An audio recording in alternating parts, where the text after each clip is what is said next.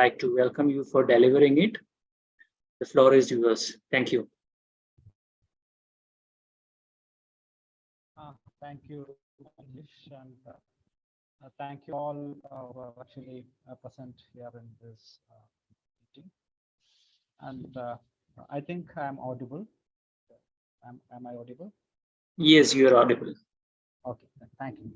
So on the onset of this particular seminar series, I would like to thank wholeheartedly the MSSR whole team of Ernakulam and the director Shakila Madam, the director of the Wayanad Center, and also the directorate of Chennai, which has offered a tremendous support and during every stage of our project related to the tidal flooding. And it is actually funded by US Fulbright alumni support of that project. And we have got tremendous support, especially in Ernakulam, to actually pilot various kinds of projects. Basically, it's not just one project. It's a kind of a landscape project where all these climate change impacts can be first of all understood. So this is various things that we should look into when we talk about climate change, because it's not just one thing. It's a combination of factors. It's the human interventions that is being preceded even before the climate change is being impacted. It means affected all these parts. So when we think about climate change as such, I think we are always standing from a point of time and talking about, yeah, this is due to climate change, and this may be the impact of climate change and all those things. And we ascribe most of our observations or maybe impact to climate change nowadays because it's so that we don't know what is it actually. So most of the time we come up with problems that we can also ascribe to climate change so that our responsibility can be minimized on the ground, because it's a global issue, it's a global problem, and the causes are due to the global processes, due to various human interventions for a long period of time. So it's not, so we are not responsible for this kind of changes that is happening in a local space, and this is a responsibility of the all of humanity. We are facing a particular phase and time. So before looking at this particular aspect of flooding, I think I don't know how many of you understood or understand this kind of flooding, tidal flooding. So first of all, I need to have an understanding of what is tidal flooding and how it is being increasing, and what are the impacts of such kind of changes that is happening in and around all the coastal lines across. So for that, for a moment, we have to look back and see where we are and look at what are the changes that happen on a particular place or so when we start with understanding this kind of tidal flooding, we have looked at the system, and it was basically not looked at all the possible that all the possible areas of that just focus on few. Excuse me, sir. Sir, could you please switch off the video so that we'll get more clarity? Okay, sure. I will share my PPT so that you can also have an idea of what. Okay, sir, please.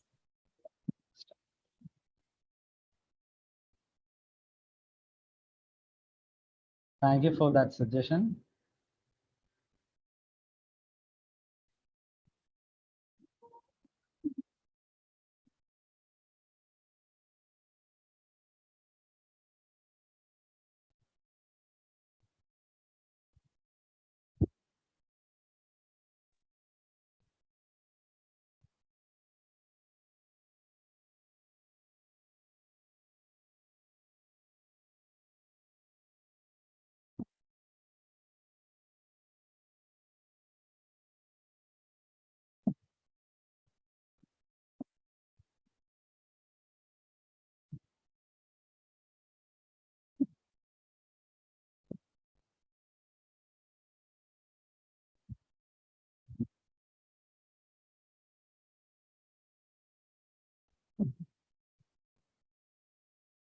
Can you see the slide?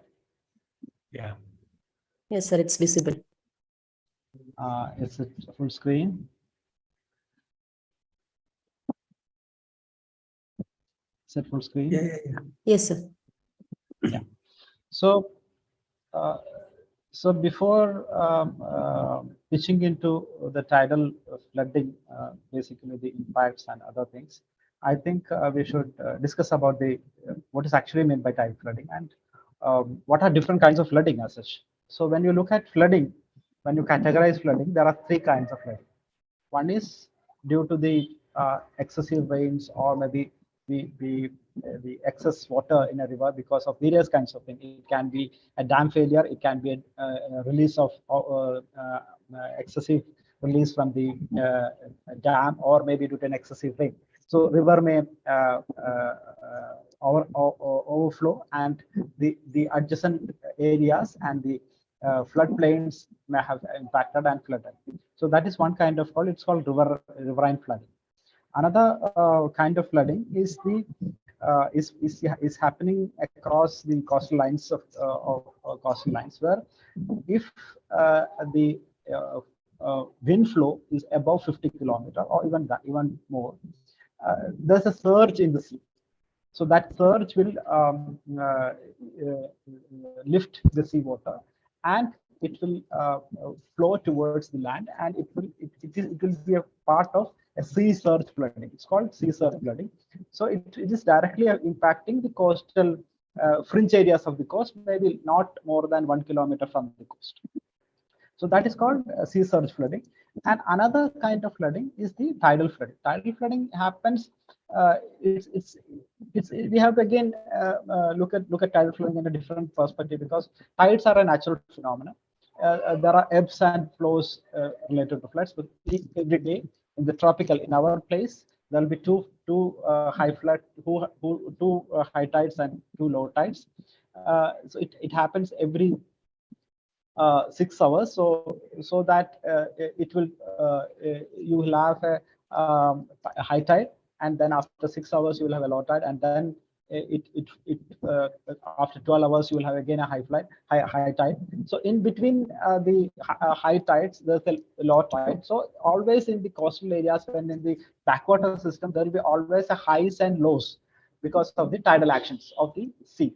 So this tidal effect is basically to the attraction of moon, and that will be more during the springs, and that will be the impact will be more, and the highs will be more during those particular days. So these are the basis of high tides, and when the tides are higher, and the tides entering the low-lying parts of the coastal area, and it may not be the fringe areas of the coast. Usually that fringe areas will be higher, so there will not be any tidal flooding in the coastal fringes. So the tidal flooding happens when the water enters through the river mouth and enters into the backwater regions, and it enters into the low-lying areas near to the backwater regions, where water will be entering into the low-lying zones of the coastal belt, and water will be inundated. That water is basically seawater, and that is salt water. That salt water enters into that particular low-lying areas, and that area being flooded maybe even twice a day. Yeah. Excuse me, sir. The slides are not moving. Hope you're not. Yeah. I'm not moving slides. Okay. Please proceed. It's okay. So because of that, in the coastal landscapes, water will be entering to the low-lying areas, and those parts will be flooded because of the peculiar geographic nature of that region. So I think you can see the first slide. Okay. Can you see the first slide? Yes, please go ahead. Yes, sir. Yeah. So this is a house in Edavanakad Panchayat in Vaipin block. And here the water entered into their compounds and things. And this is a recent phenomenon for these particular parts. According to them, it started in 2011. and water does not recede afterwards. So this almost, you can say, these regions have been impacted for the last almost 10 years. So this is a recent phenomenon, but the problem is it's not been recognized as tidal flooding. Before we were pitching into to the people, they felt that this is kind of the problem with the desiltation, or maybe because of the more siltation that is happening in and around the area, the changes that is happening in the backwater system because of bridges and other obstructions that is happening across the backwater regions, and all other causes. People were thinking about all these reasons for this particular impact, unless and until we came up with the explanation that there's a possibility because of climate change, there's a possibility sea is rising, and that rise is about in the coastal belt of Ernakulam district is about 20 centimeter for the last 50 years, and even in the last 13 to 14 years, it's about half of that happened during that particular 10 to 15 years. So there's a direct relationship with this flooding across these houses, and it has a huge impact on the livelihood and agriculture. Everything has been impacted because it's salt water, and their homes, the structures, all those structures, houses, roads, all are impacted by this tidal flooding. So so this is what is happening when you look at the tidal flooding impacts. These are the major things that we are observed during our campaign on tidal flooding in these tracts, basically the Ernakulam tract. And what are things that is when you look at the impacts as such. It's not just agriculture, it is directly and most severely impacting all the buildings, all structural infrastructure that is being built in this landscape. Its agriculture is certainly highly impacted because it's saline water, and nothing can survive in saline, especially our system is not that tuned to the saline water agriculture system. So again, the water ability, the water ability in the whole area when tidal flooding happens is because it's saline. All water resources, that is not the freshwater resource, being contaminated, and it is not potable.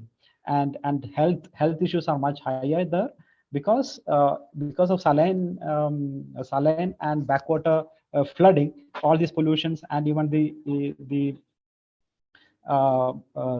salinity is impacting health of the people across the spectrum. And it directly impacts livelihoods. All the drainage systems have been impacted, especially the most impacted community. You can say that women and children are the most, because they live in the houses most of the time.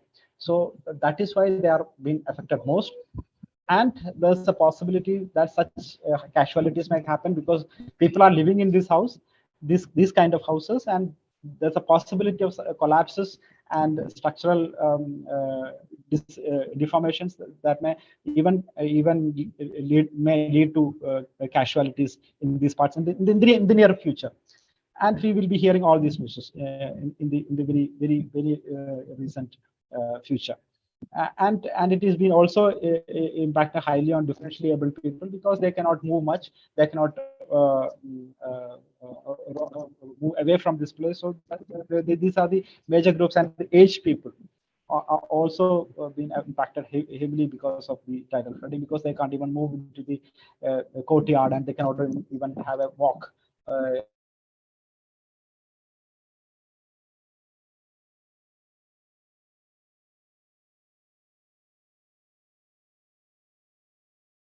And all these places are slippery, so that the issues related to this has leading to various kinds of refugees. And when you look at Kerala's scenario, we are already experiencing the impact of climate change in terms of people have been migrating or moving away from these landscapes. So there are lots of houses which is not even in a livable condition, and people are moving from here, not even without lack of resources. They are moving to rental houses and all. Even they can even afford those rental places, so they sometimes come back and there are such several issues related to the problem. So when you look at the whole coastal Ernakulam part, all these areas, these are the various blocks in the coastal structures, the Vipin block, the Paravur block, again comes up with other Edapalli block and all those things, and Cochin Corporation, and then Palluruthi block. All these major blocks have been impacted by tidal flooding. All the panchayats in the coastal tracts have been impacted in the Ernakulam. All the 20 panchayats were impacted by this, and what are the ways to understand these impacts? That's a major thing, because we don't have any documentation, we don't have any data to prove that these are the impacted area. And we approached the district administration and district panchayat to support this particular project, and they have given us enormous support in conducting this study and giving a ground support, and called for meetings of all the panchayats concerned with this tidal flooding. And we have a highly participative meeting to understand what is the extent of the impact of this particular incident, that is the tidal flooding in this particular coastal stretch of Kerala. And when we look at why this is a major problem in the coastal stretch of Ernakulam, we found that there are this particular geographic peculiarities has huge impact, which is actually aggravating the tidal impact in this particular region. So before going into that particular aspect of tidal flooding, I think we should also go back in the history and see what are the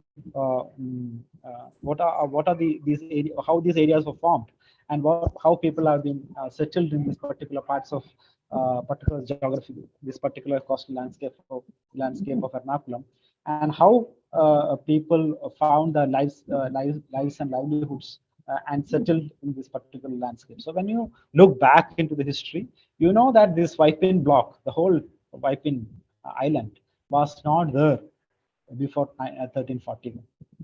So the 1341 was there was a huge flood in 1341, and because of that flood, all this coastal landscape was formed, including the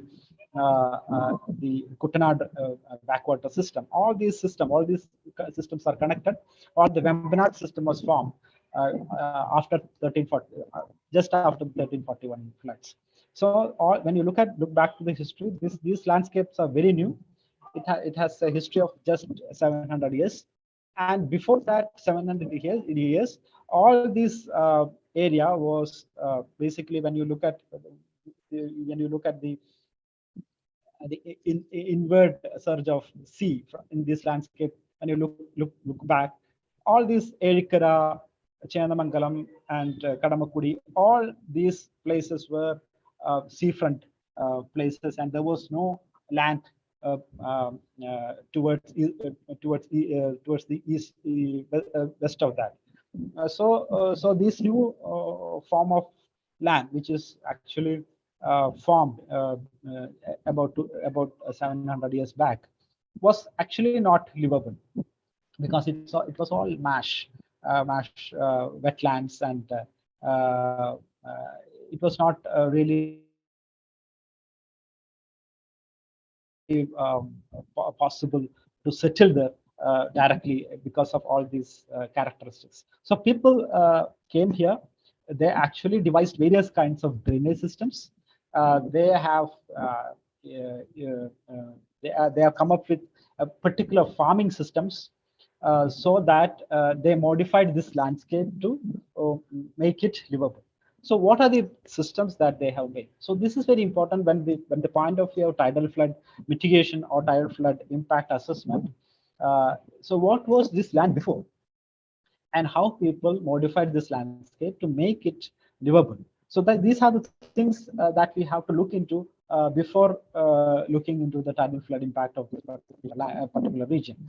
Because of these two geographic connectivity of sea and the inland inland waterscapes. There are two major outlets. One is the Munambam harbor area where the Periyar River joins the sea, through which water can also enter into these Vambanad systems. And there is another major outlet, that is Kochi Port, Kochi outlet. That's also, water is also coming. That's also an inlet and outlet to the seawater from the sea.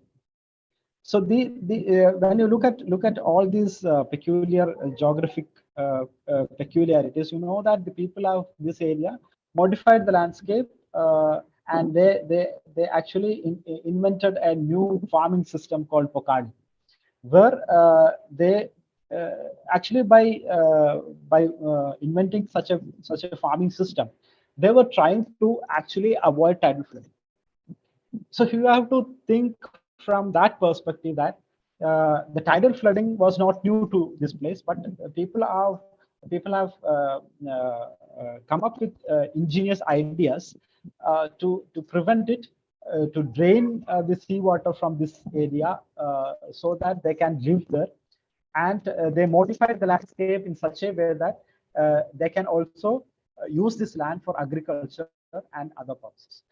So when they develop this land for agriculture purpose, they purposefully devised systems to control tidal flows into this landscape. So they allowed the tide to some of the regions, and they actually blocked the tidal flows in some of the seasons. So through which they actually made a unique system called Pokadi farming. Pokadi farming is not just a rice cultivation practice.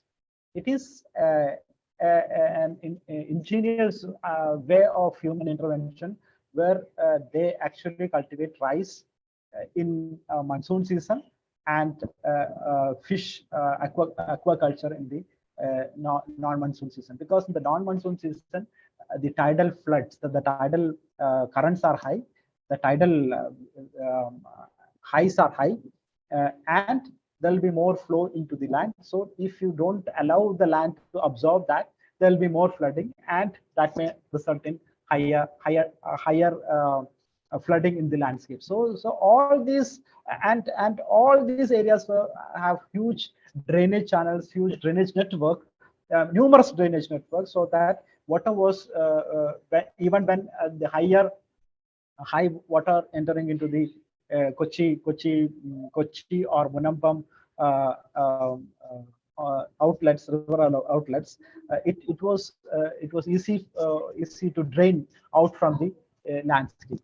But due to the changes in our own agriculture practices, and even the reduction of agriculture practiced in this particular landscape, all these drainage systems were actually damaged, and even people will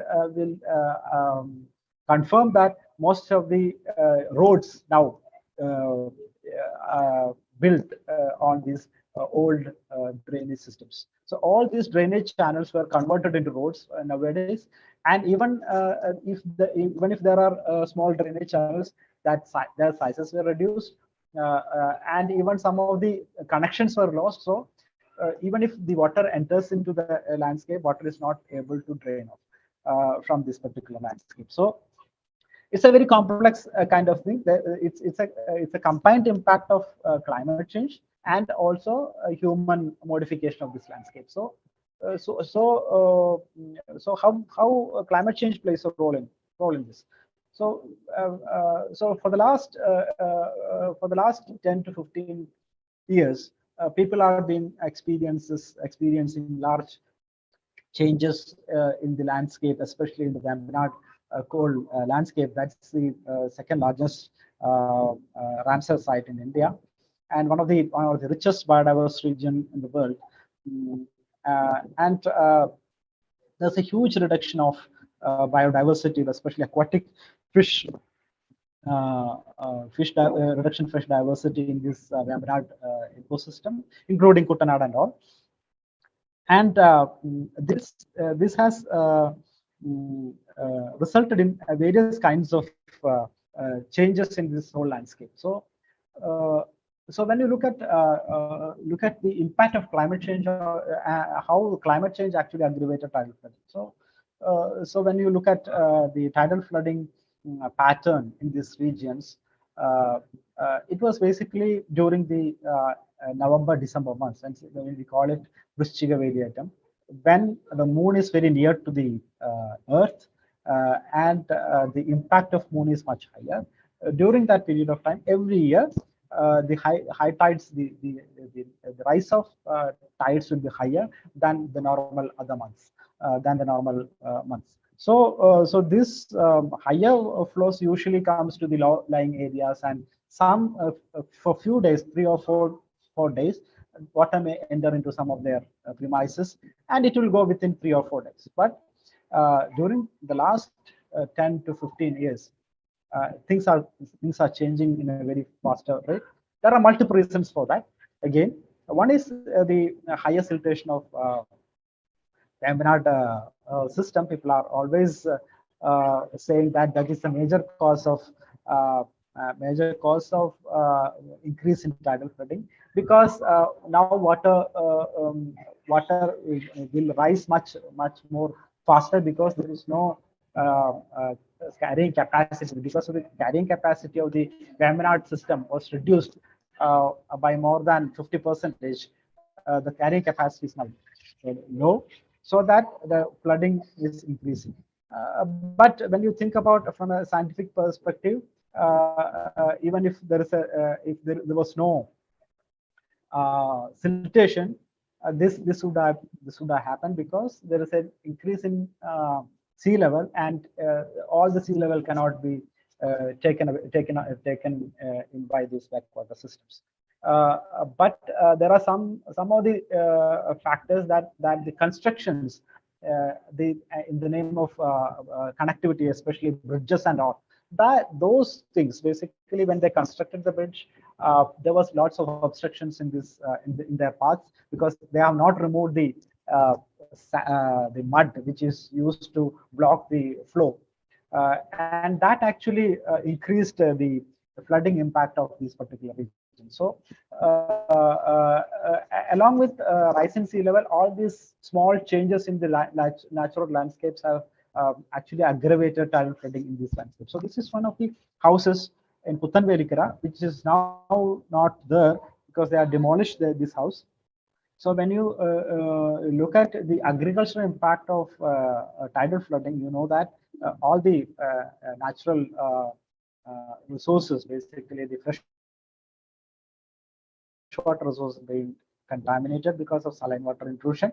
And nowadays, almost 6 months, more than 6 months, just after the monsoons, all these landscapes, especially the low-lying landscapes, have been impacted by tidal flooding. And we have estimated that almost 20,000 houses, almost 1 lakh people have been impacted by this kind of things. And major area of Ernakulam coastal area has been impacted by tidal flooding. And the major issue is that the whole landscape has been changing into an barren landscape because of the saline water intrusion, and nothing can be grown in these soils, because soil becoming alkaline, and even the salt content is much higher, so that the agricultural practices are not possible nowadays. Even there are other issues related to increase in tidal flooding, because the loss of Pokali fields, because the practice of Pokali is to dry their land during just before the monsoon, that is the April-May months. They will dry their land, the Pokali fields, and they continue to remain in that state up to the end of monsoon, so that there will not be much water in the surrounding region. All water can drain into the Pokali fields and all those. So this fresh water can be stored in the Pokali fields, and naturally all the surrounding areas can get fresh water. But these systems are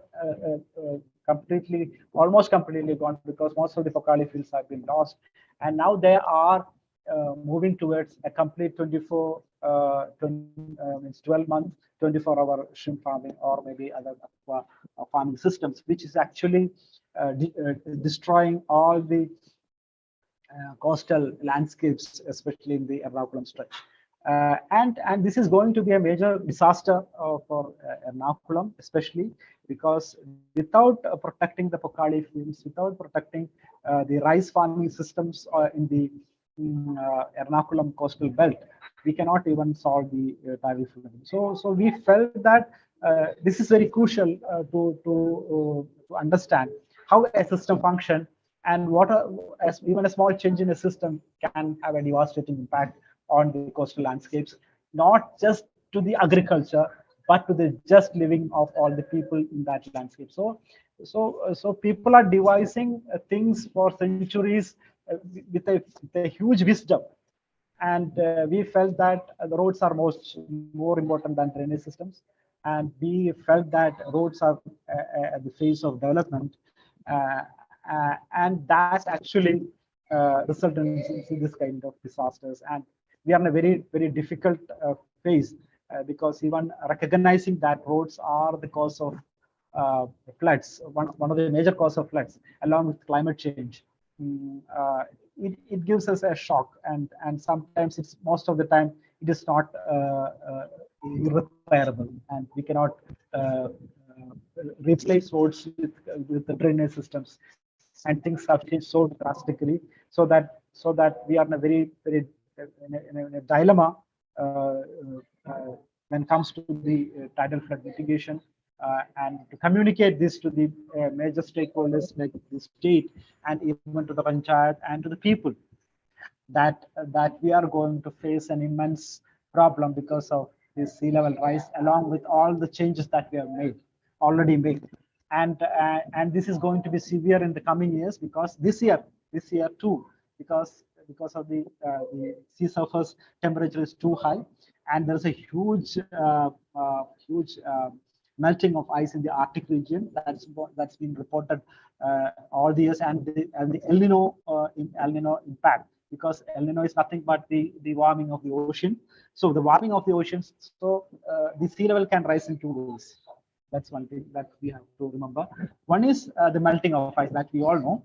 The other one is the rise in temperature of the water. So whenever a liquid is warms, its volume increases. So when a liquid warms, its volume increases. So there's a possibility of sea level rise. So these are the two things which can contribute to rising sea level. And along with the local changes, there are other changes that is also happening in the nearby location, especially the port in Munambam Harbor.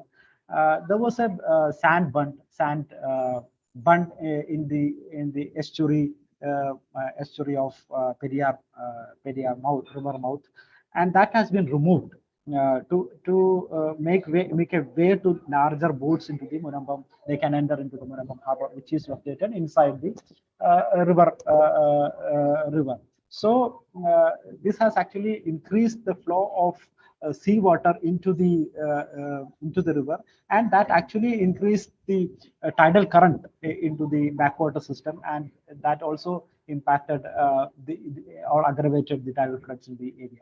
In one part. The other part, the Cochin estuary, the port, every day they actually drain, means the dredge silt and sand from the channel, basically in the port channel, in the navigable part of the Kochi port.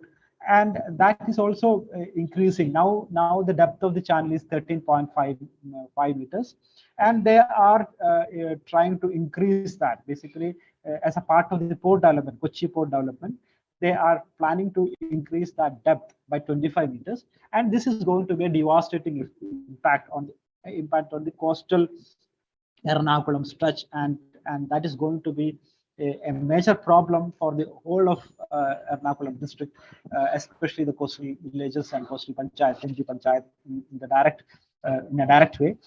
And that may also, even if we do lots of mitigation works, or we try to understand and even even suggest some of the solutions, it may not work, because if the external forces and external things change, the forces and the impact will also increase, and we have to foresee all these things in a larger socio-political system when we think about solutions to climate change. So all our impacts when we think about related to climate change, we have to think it in a very dynamic socio-political system. And I think this actually, with the support of MSSRF, especially Mr. Shajan from Ernakulam, MP Shajan from Ernakulam, helped us a lot to understand the socio-political system that is underplay in this particular landscape. So we are extremely thankful to Shajan for letting us know or understanding this larger undercurrents that is playing in this particular landscape. And these are some of the houses which has been impacted by tidal flooding. You can see there are three stones laid over this particular house to reach their in their plot to reach their house. So water is rising every year. They are putting stones one over the other to tide over this kind of situation. And this is a very difficult part, because all the toilets are clogged. Even women cannot even go to the toilets during the high tide period, and it's a very huge socio-cultural problem in these particular landscapes. Apart from that, these are the damaged houses, damaged land, and even the issues are very complex. Even some of the in some of the houses, water enters into their house, and most of their equipment, especially their fans, their fridge, their all pots and everything has been damaged because of the saline water intrusion and saline water presence. Our approach is always to look at this larger picture, and collaborate as much possible people as possible to understand this, and to find a solution based on evidences, not based on just our own imagination. Beyond imagination, we have to show the people that this many people are being impacted, this many land has been impacted, this is what is the cost of this impact, and if you do continue this kind of approach, this is the cost. So I think this is the way we can actually influence politicians and bureaucrats with hard data and hard science, so that they can at least look into the problem and avoid some of the things which may have a huge impact on the coastal Ernakulam, and even the entire coast of Kerala and entire coast of India. So this is a major issue that we are going to face in the coming years. And India is one of the highly projected to be one of the highly impacted countries in the world, along with China. According to an estimate, between 10 and 50 million people are going to be affected by tidal flooding. So this is what is the current estimate. Between 10 and 50 million people are going to be affected by tidal flooding. Lots of people will become climate refugees because of this tidal flooding. And this will be the first impact of climate change, in a larger first impact of climate change, because this will be affecting the low-lying coastal areas across India, which is highly populated and which is and who are highly marginalized people, and nobody is going to know that who are all gone from this landscape, who are all escaped from this landscape, who are all been moved away from this landscape. So this is a very this will be an unknown impact of climate change. Most often nobody will be talking about it. Nobody will be writing about it so often, because it's an impact on impoverished people of India. And I think in this connection, we have to engage students and engineering students and other students to to have an understanding of the situation, understand their day-to-day realities, what is happening in and around their locations and their places, landscapes. It's very important to have engagement with students, and we have tried to engage with not only with students, also with local people to understand, measure impact on their own premises, and find out what are the possible ways in which we can have a little impact, little less impact of these particular tidal flooding. And we are working with people, even trying to tell the truth that it is not going to go away. It's going to be here for a long time, and we have to be prepared for that, this particular impact. And we, along with that, we also use the support of science, the technology that is available to us to better understand this problem, to better monitor this problem in a real-time manner, so that we can have a real-time monitoring and forecasting system, so that at least people should know that this is going to come within an hour or so, or this will come next day at this particular point of time. So this kind of systems that we are trying to develop, and along with that, we could even reach out to some of the politicians and people around Vipin and other regions, so that we can have some impact. People are actually listening to some of the things, and they are ready to collaborate and do some real mitigation work related to tidal flooding. And as a part of our campaign, we could really pitch with the district administration, and district administration became a part of the process, all processes. So district collectors and district disaster management authority, chief executive officer, all those people were a part of our campaign, and they were there in most of our meetings and most of the campaign work. And this is a tidal flood calendar that we have developed, a part of the strategy to and along with that, we have got the support of Ernakulam District Panchayat, and these are the panchayat or the blocks which is affected by tidal flooding in the coastal Ernakulam district. There are 8 basic local bodies basically, and along with that 20 panchayat, 3 municipalities and 1 corporation which has been affected by tidal flooding right now.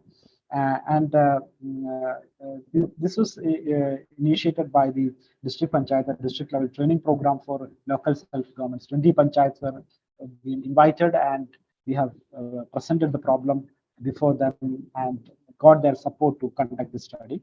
And lots of training programs have been conducted to understand and even to monitor this kind of the problem that is we are facing in a real-time manner. And this calendar has been printed because what common people can understand and measure and reproduce. That's very important when it comes to climate change, because they are the people who are there in the land, in that landscape for a long time, and they will be there in the coming years also. So they can really understand what is happening here, how many days it's been flooded, how much is this being flooded, and what are the ways in which we can reduce these floods. All those solutions and even the problem should come from them, so that it will be easier to solve or maybe co-create solutions to this particular problem. So this is a part of our effort to come up with a ingenious idea with a calendar. Everybody uses a calendar in their homes. So this is the calendar to mark the tidal floods in these coastal areas. So they have marked about 10,000 calendars were distributed across these panchayats, and we are in the process still. Even the project is over, we are not even collected back most of them. So we are in the process. We are not just looking at a project from a project's sake, but our cause is the problem and not a project. So we are working for this problem, and projects are not a concern for us. And we will find ways in which we can find solutions to this particular problem, and we will provide our support and help to the people who are being affected by this particular impact. And we are trying to get support from various kinds of colleges, even engineering college, art college, and other colleges across the Ernakulam districts, and we got tremendous support from every quarter of this particular landscape, and even beyond the landscape, because some of the colleges, Kaladi, Sri Shankara College, which is about 40 kilometers away from the project impact area, they came here and conducted a huge survey, because at 150 students, 250 students we have given training, 150 students came to the field and distributed the calendar. And in from Maharaja's College also, there were 40-50 students came here and collected back the calendar from some of the regions. So this is an ongoing process, and it's not going to end without solutions. And we are constantly trying to engage politicians and administration to find solution to this particular issue. And this is part of, so as a part of the program, we directly trained women panchayat presidents, panchayat members across this 20 panchayat. And to my surprise, would like to say that all this, when we have conducted almost, we have actually trained more than 1,000 people across all these places to about this calendar and its how it can be used and how it can be distributed. All these things. 95% were women. So we couldn't find much men in this particular landscape, and men are basically shy away from these real issues, and women are taking a much greater role and part to address this issue. So this is something very new phenomenon that is happening across the Kerala's landscape. Women are coming forward to address their real issues and trying to find solutions to their real life problems. And along with that, we also tried to convince the panchayats to pass resolutions so that they can ask for the disaster risk mitigation funds from the state government, and it is not a small amount that we need to solve this problem. So it's a huge issue, and we need a huge support from the state and district administration. So we are also in the process of helping the local panchayat to attain these funds to start their mitigation work. And all these works were conducted with active support and participation of MSSRF, and we are really thankful to MSSRF for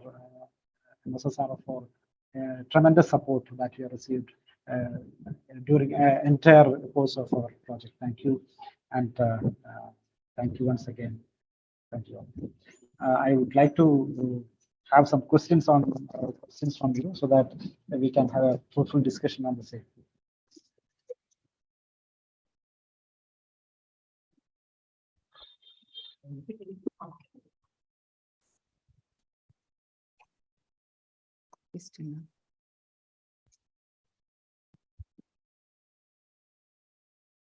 Thank you, Dr. Madhu. Yeah. Thank you, madam. Yeah. Thank you for bringing up this important and pertinent issue in front of this audience. And I think now the time is this time is for the question and answer session. So anybody has any clarifications or queries can come up with their questions. Even chat box also, you can post it in the chat box also.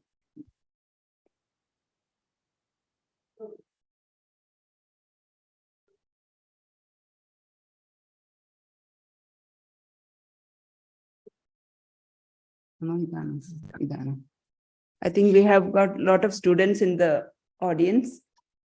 So the students are, they can come up with their questions or queries. Please feel free to ask any questions. Yeah, please.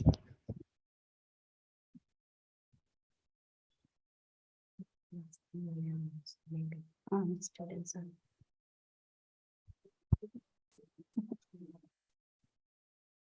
Shall I come in? Prajesh, okay. Prajesh. Yeah. So in the while introducing the speaker, I just mentioned this project was a kind of collaborative effort with almost hundreds of stakeholders, but I just wanted to make it thousands or 10,000s right now, because I've learned that this calendar has gone to almost 10,000 people there. So it was a tremendous effort. Thank you for that. Thank you for the presentation. But I just wanted to make this suggestion, or I don't know whether you have already made it, but how to have a kind of feedback mechanism from all those who have been given with the calendar. It's a big number, but at least what is exactly happening in the field can be documented in further course of time. So can we also think of some kind of mechanisms like any mobile apps for that, so that the effort which has already put can go in with the disaster management action plan of the district? Yeah, thank you. Thank you. So as part of this particular operation, we have come up with more application. So there is a that's available. So if you scan that QR code, Excuse me, Dr. sorry, your Madhu, voice is breaking. Voice is feeble. Voice is breaking. so can you hear now? Yes. Yeah. I think it is Okay. better now. Yeah, you can start speaking. As a part of the No, operation of I calendar, think, Dr. Madhu, you can switch off the video and then try to Yeah. speak. We can also switch as a- out the videos. so I think now I am audible. Yes. Yes. Now it's better. Better. Yeah, please. Better. please. So we were also thinking about something like that when we started printing the calendars. So as a part of this calendar, we have also come up with a mobile app that's already there in the calendar, where you can have you can scan there's a QR code provided in the calendar. If you scan that calendar, you can add all these videos, photographs, your readings, and all those things can be marked in that particular app. And that is for a long-term purpose, and we have already done that.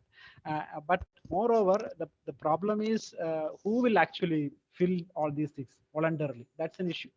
So we have to again come up with a bunch of volunteers from each of these regions to do a long-term monitoring system and long-term monitoring network, which can actually help the administration to have a forecasting system. So for that, we have started communicating with the district administration, and also BPCL, Kochi Refinery, accepted our proposal for a monitoring system that is for actually flood forecasting, not for tidal forecasting. But we are also having thinking about a tidal forecasting system for the Ernakulam district, and we are trying to come up with a bunch of volunteers who can actually use this mobile app further, so that we will get data continuously, and we can build this monitoring system, this actually monitoring and forecasting system. Thank you, Prajesh, for coming up with this question. Thank you. Thank you for that response also.